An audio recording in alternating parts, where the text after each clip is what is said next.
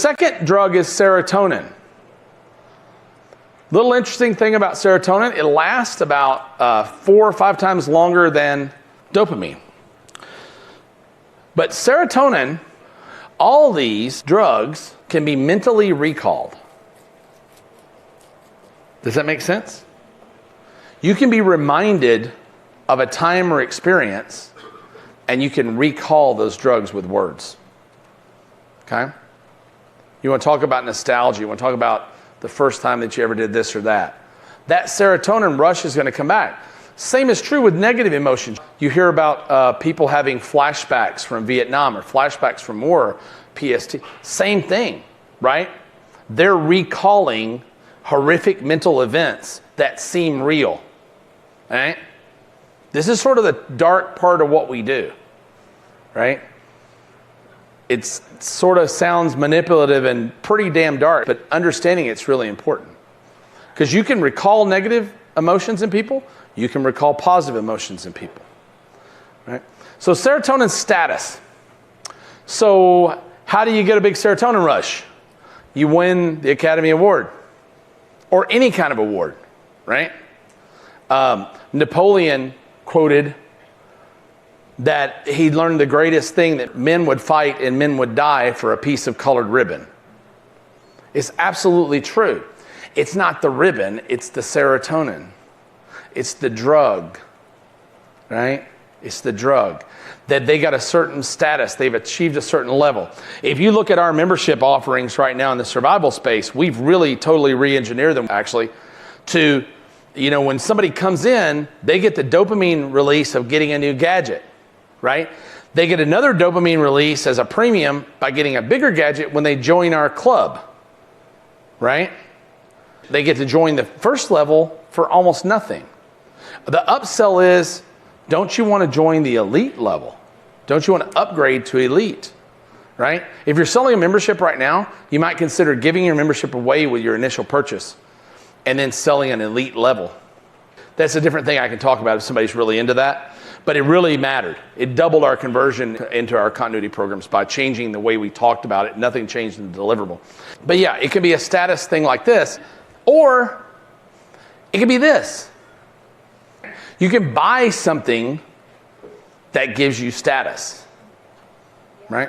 You can buy something that gives you status.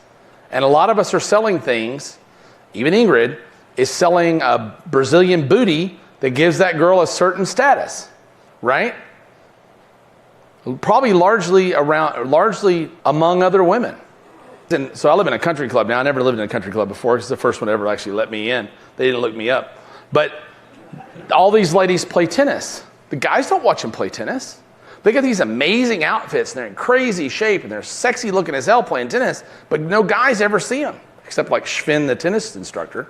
That guy's got to have a good life. But they never see them. Women dress for other women, right? That's a common accepted fact, right? Women dress for other women because it raises their status among their own, right? I don't think there are that many types of women, but there are probably, I don't know, 4 or 5 archetypes that are broad archetypes.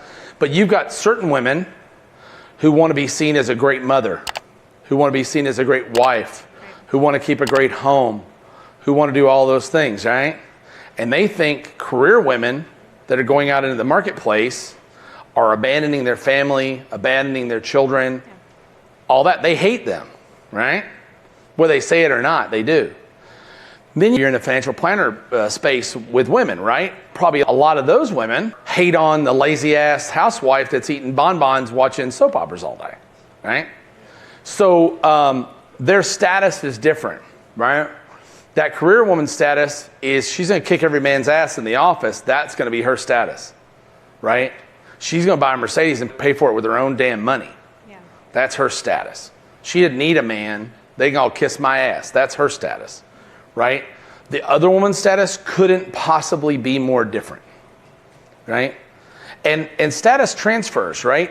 So if you look back at caveman behavior, right? So what did the caveman used to do? Women were more traditional roles then, right?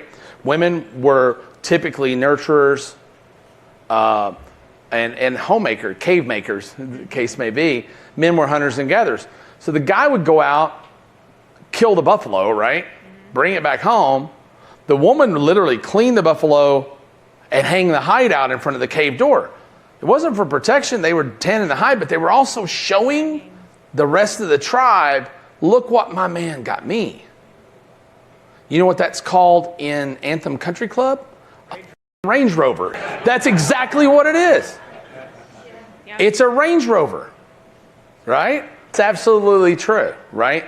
So we've evolved that much. That much. And I really think, I personally believe, I don't know if everybody would have a different opinion, I personally believe that a lot of women are in a very unnatural role that they never really wanted, right? I think that because a lot of men, the male character in our society today is decidedly more feminine, and the female character in our society today is decidedly more masculine. The guys seem to not care. The girls, I think, are really bothered by it, right? I think most women, if they really believed, really in their hearts, that they had a warrior to provide and protect for them, they would prefer to take a more traditional role. But I just don't think they trust that. They don't trust it, they don't believe it, because men have been such shits, frankly. That's my opinion. And that, all that, it's worth exactly what you paid for it. So, but stuff like this, right? So who's got an expensive watch, right? It doesn't even keep time. Rolex watch is the worst at keeping time. Yeah. But I won't take it off because I love this damn thing. I like bling blinging, right? It's a thing. You don't need a $100,000 Mercedes to go get milk. You don't need a $12,000 watch to tell you what time it is, right? But you want it. So that should tell you a lot about price elasticity of serotonin. You want a $49 watch, a Timex, it's a damn fine watch. You want to, wait, you blow it out. You buy a $200 Seiko. Seiko watches are awesome. They keep amazing time. I don't want one. I got a Rolex. I got a box full of them, right? So I want that status. I'm always going to want that better watch on my arm. But look at the difference between $200 and $10, $20, $30, $40, $50,000. So if you don't think these chemicals are incredibly powerful, you're wrong. They really, really are. Oxytocin, the love drug. Oxytocin, if you're selling a community in which people interact with one another, this is probably your strongest drug. I bought my first